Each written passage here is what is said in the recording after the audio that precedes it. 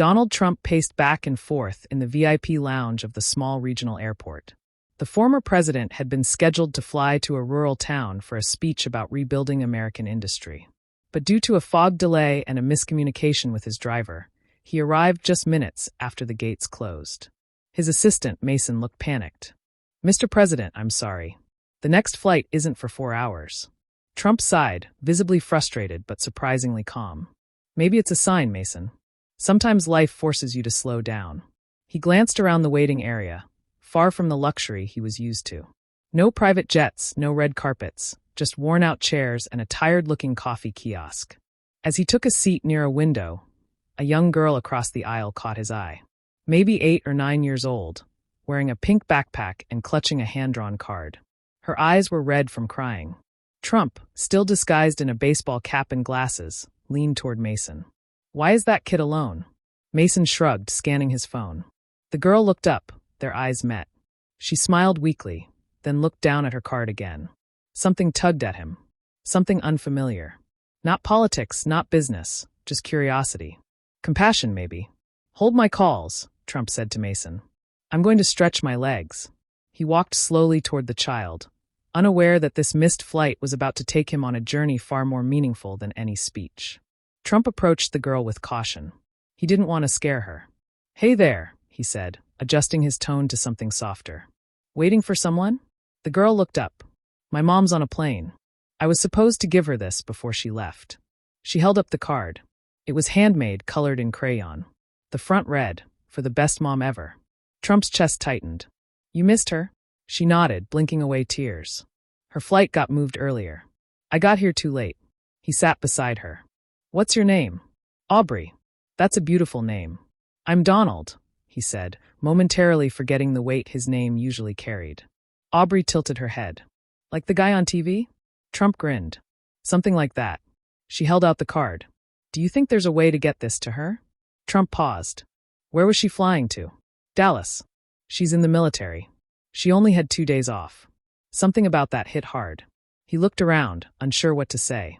"I tried to run in, but they didn't let me. They said it was too late," Aubrey added. He took a deep breath. "I don't know if we can catch her, but maybe we can do something else."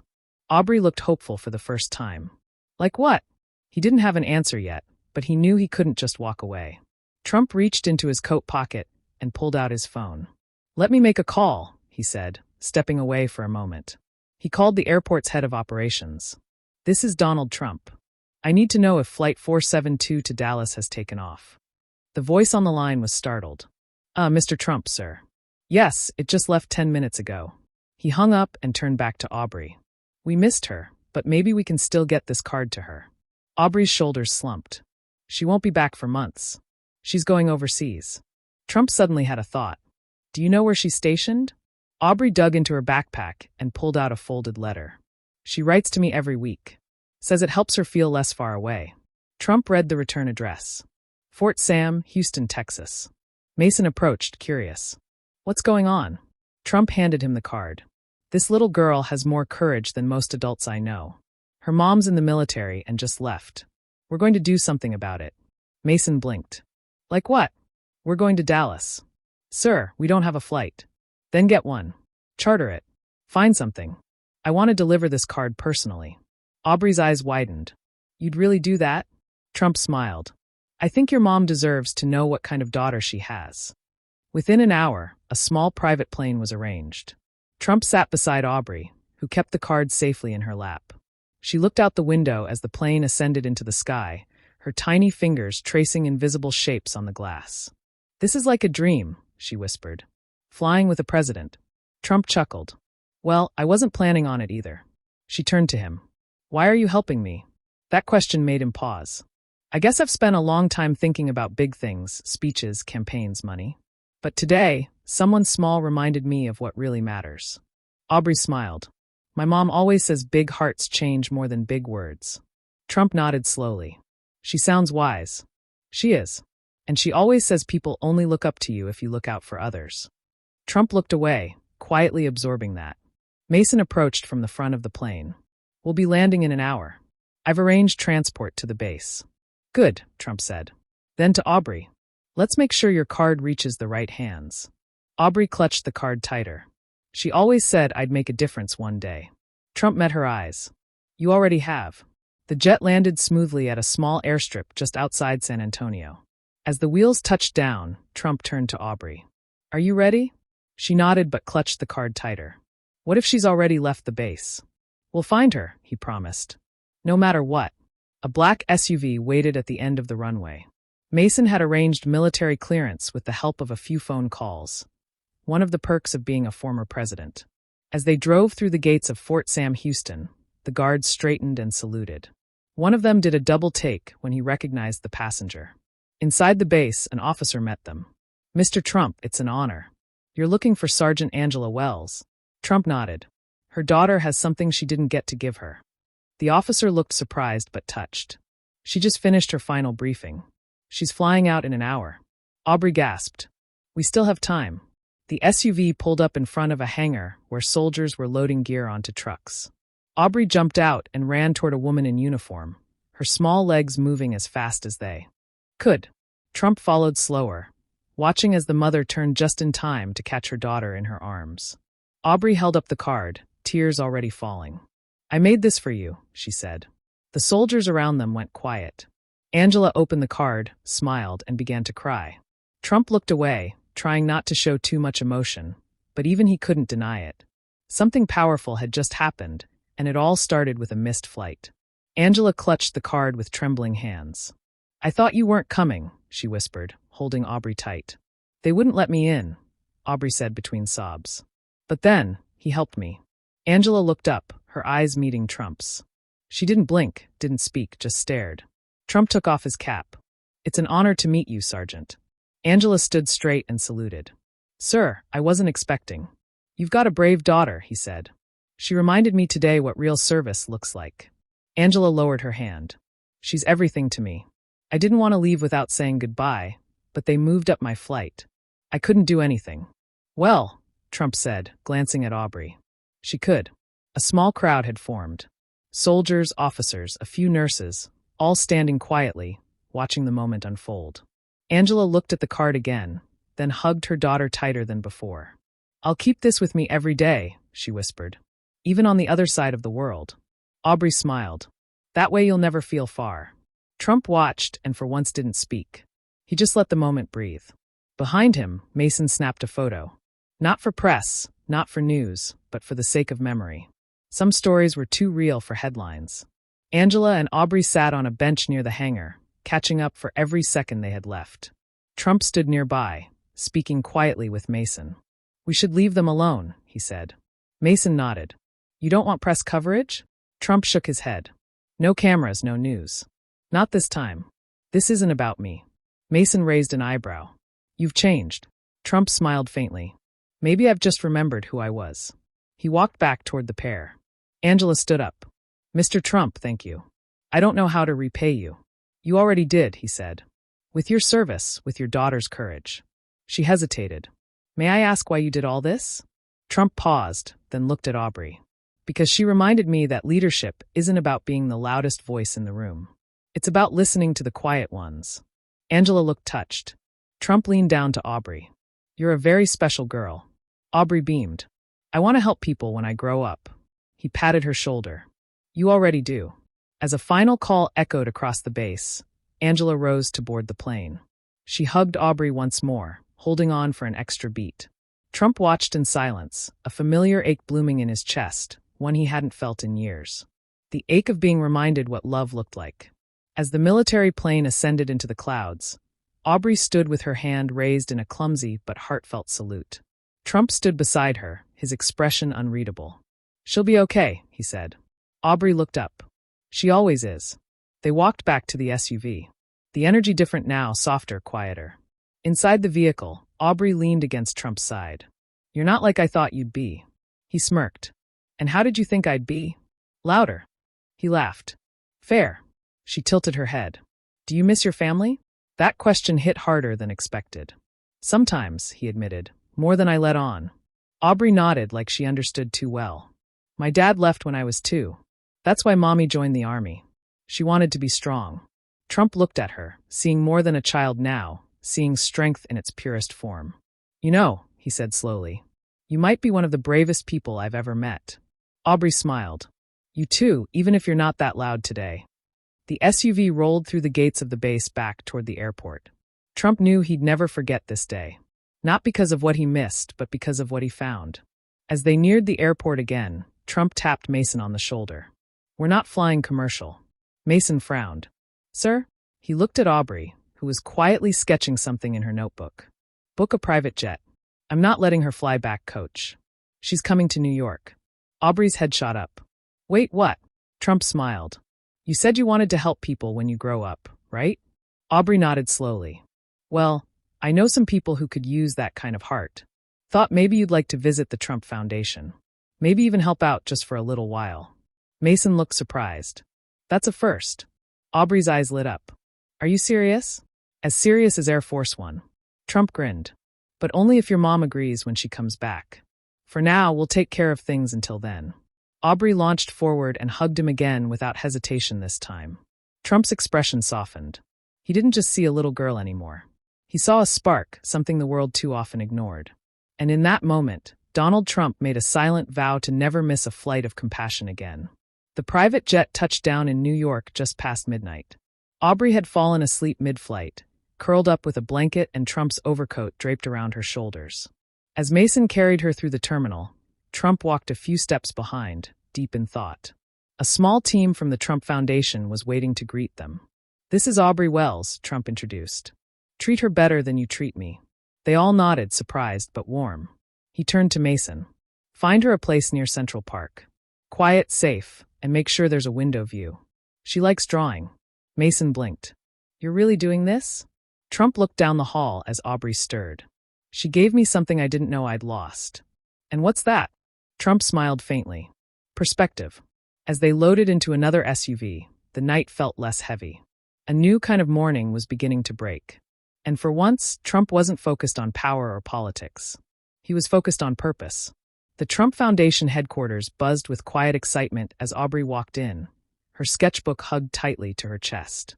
Inside, the walls weren't lined with power, but with photos of kids, families, veterans, lives that had been touched in small but meaningful ways. Trump led her through the halls, introducing her to staff, volunteers, and project leaders. "This is where we help rebuild homes," he said, pointing to a room with blueprints. "And that's our food bank division." Aubrey looked around with wide eyes. So many people helping. He smiled. "That's the idea." In one corner, a woman approached. "Mr. Trump, this is one of the letters we got today from a military mom. She wanted to thank us for supporting her during deployment." Trump paused and handed the letter to Aubrey. "Want to read it?" She nodded, opening it carefully. As she read aloud, the words painted pictures of lonely nights, scared children, and the light that came from simple kindness. When she finished, she whispered, "It sounds like my mom." Trump nodded. "That's why you're here, to remind us who we're helping." That day, Aubrey didn't just visit the foundation. She became its heart. The next morning, Aubrey asked for some paints. Trump raised an eyebrow. "Planning to redecorate my office?" She giggled. "Kind of." With the foundation team's help, she set up a canvas in one of the quiet rooms. For hours, she painted. When Trump stopped by after a meeting, he found her brushing soft streaks of gold into a field of blue. "What's that?" he asked, stepping closer. "It's the sky," she said. "And those are the planes. My mom's flying in one." He noticed a small figure waving from the ground, her hand raised high. "That's me." He pointed at the figure beside her. "And that?" Aubrey smiled. "That's you. You helped me wave higher." Trump didn't know what to say. For once, he didn't need to. He just sat beside her and watched.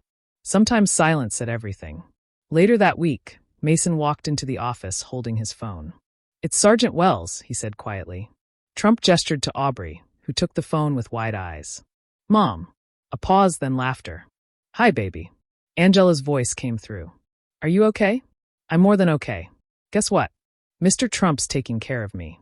There was a longer pause this time. "He is." "Yeah, and I'm helping people here just like you." Angela chuckled. "Of course you are." Trump took the phone. "She's doing great, Sergeant. We'll take care of her until you get home." Angela was quiet then. "Thank you, sir. You didn't have to, but I'm glad I did." A moment passed between them. A moment of mutual respect. Soldier to civilian, mother to leader. When Aubrey got the phone back, she whispered, "I miss you. I'll be home soon," Angela promised. "And we'll be stronger than ever." Trump watched the exchange, something shifting deep inside. There were wins beyond elections, and this was one of them. News eventually caught wind of the unusual story. A reporter from a major outlet arrived at the foundation asking for an exclusive. Trump agreed on one condition. Aubrey talks first. In a softly lit room, the cameras rolled. Sitting beside Trump, Aubrey answered each question with her usual honesty. "What's it like being with the former president?" the reporter asked. She smiled. "He's kind. He let me paint in his office. And he listens. A lot of grown-ups don't." Trump chuckled. "She's not wrong." The reporter turned serious. "Mr. Trump, why did you do it?" He paused, then looked at Aubrey. "Because I missed more than a flight. I missed a reminder of what matters." The clip went viral overnight. But it wasn't Trump's face that captured hearts. It was Aubrey's innocence, her story, and the truth in her voice. One rainy evening, a sleek black SUV pulled into the foundation's driveway. A woman in uniform stepped out, her posture firm, her eyes scanning quickly. It was Angela Wells. Aubrey ran out the front door before security could stop her. "Mom." They embraced tightly, tears blending with the rain. Trump stepped outside, watching silently. Angela looked at him over her daughter's shoulder. "Thank you." He nodded. "She changed us all." Angela stepped forward, offering her hand. "I read the news. I saw what you did. You didn't have to, but you did." Trump shook her hand. "Your daughter's got a future that deserves protection, just like you've protected ours." Angela blinked away tears. "I hope the world sees this side of you." He smiled faintly. "So do I." The next morning was quiet. Aubrey sat in the dining room, her plate untouched. Trump walked in, holding a small box. "Leaving today?" he asked. She nodded. "Back to base." He handed her the box. Inside was her painting, professionally framed. "For your room," he said. "So you never forget how high you can wave." Aubrey smiled through tears. "Will I see you again?" Trump knelt beside her. "You better. You've got foundation meetings to attend." She giggled. "I'll bring cookies next time." As Angela joined her, Trump turned to the two of them. "You're family now, and family always has a place here." Outside, as they climbed into the SUV, Trump stood by the door, hand raised. Aubrey waved from the window, pressing her palm to the glass. This time, Trump waved back with both hands. Back at the foundation, things felt different. Trump asked the team to start a new program, Wells Rising, named after Angela and Aubrey. Its mission: to support military families during deployments, from food to tutoring, emotional support to creative outlets, just like Aubrey had found. Mason approached one morning with a file. "We've got our first round of letters. Kids, spouses, asking for help." Trump looked through them, eyes lingering on one. A boy age 9 whose dad was deployed. "He says he wants to be brave," Mason said. "But he's scared." Trump leaned back. "Then we tell him he's already brave, because bravery starts when you speak." The old Trump might have passed this to a PR team, but this Trump picked up the phone and called the boy himself. A few weeks later, at a veterans fundraiser, Trump took the stage. But this time there was no script, no teleprompter. He spoke from the heart. "Sometimes we're so focused on where we're going, we forget why we're moving. I missed a flight and met a girl named Aubrey. She reminded me that leadership isn't just power, it's care." The audience was silent, hanging on every word. "She showed me that one small act can echo farther than policy. That real greatness starts with kindness." He paused. "And to every parent, every child, every soldier, I see you and I thank you." The room erupted, not applause for a politician, but for a man who had remembered his humanity. The following month, thousands of letters flooded the foundation. Kids wrote to Aubrey, calling her their hero. A little girl from Kansas wrote, "I saw you on the news. I want to be like you when I grow up." A teenager in Maine said, "Thank you for reminding Mr. Trump to care again." And one veteran sent a note, "Sir, I've disagreed with you before, but what you did for that child, it healed something in me." Trump kept these letters in a box marked "Flight Miss, Purpose Found."